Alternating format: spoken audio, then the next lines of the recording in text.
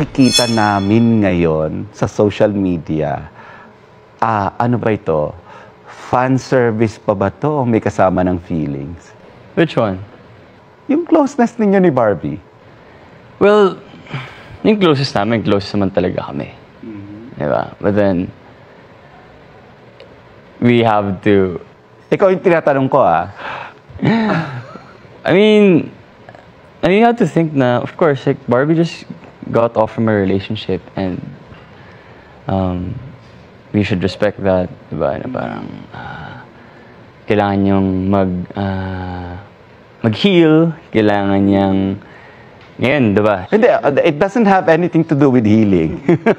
Ang tinatanong ko sa iyo, may feelings ba na involved? I care for her a lot. Care for her a lot. Can we qualify that? I just really care about her a lot. Sobrang komportable nyo na sa isa't isa. Like, you protect her and sometimes she protects you. Yeah. So, ibang dynamics na? I mean, nag-evolve na yung dynamics ninyo? Sure, before, like, transparently, she was taken, diba? So malaking factor yun. Hindi naman, I mean, Barbie has always been caring, but then, syempre, kapag... naiilang ka before. Oo, diba? Ano, parang maging caring, kasi syempre, kapag may co-work ka, diba? Like, kailangan naman talaga, especially sa love team context, diba? Like, you really have to be caring, and Barbie is someone I really care about, so... So, it's, would you say, it's, kumbaga, mas maluwag na ngayon yung pakikisama ninyo sa isa't isa now that, you know, single ka, single siya? The question's right. Again, I mean, feeling ko kahit naman sino na nasa situation ko, kapag taken, hindi ka naman gagawa ng ano man, like, medyo extra, di ba? Extra care, di ba? But now, obviously, like, when we're together, like, I care for her. And, ayun, syempre, mas maluwag nga, gaya na sinabi mo. In love ka ngayon? In love? Yeah, but with life. I'm in love with life. No, in love ka with another human being. Nako. Well, tense ka eh. I'm really happy. Huh? What I like most about David is that kung ano man yung achievements na nakukuha niya or kung nasa man siya ngayon, hindi niya pinapaabot sa ulo niya. So, si David pa rin yung same David na nakatrabaho ko sa Heartful Cafe, sa Mano po. He's been receiving praises and a lot of attention right now, pero he stays grounded, totoo siyang tao, totoo siyang kausap, masaya siyang kausap at masaya siyang katrabaho.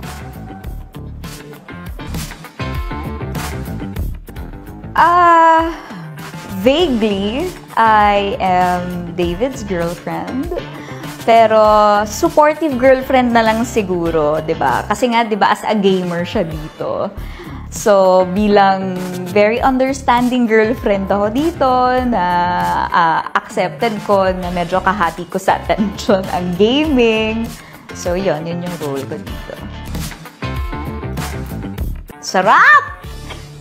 Ang sarap ng food! Ang sarap talaga. Ang dami ko nang na-try. Na-try ko na yung Thai milk. First time ko po kasi dito sa Thailand. So, kahit very short work trip lang ito, we will make sure na ma-maximize namin ang Thailand as much as we can. So, kagabi, nag-try kami ng Thai milk tea. Tapos, we had Thai food for dinner. Sobrang sarap. Sobrang sarap. At yung weather, pretty much the same sa Pilipinas, pero hindi malagkit dito ha, in fairness. Kahit medyo mainit, hindi fresh ka pa rin kahit naglalakad ka. Naglakad lang kasi kami kagabi. Tapos, very nice ang mga tao dito.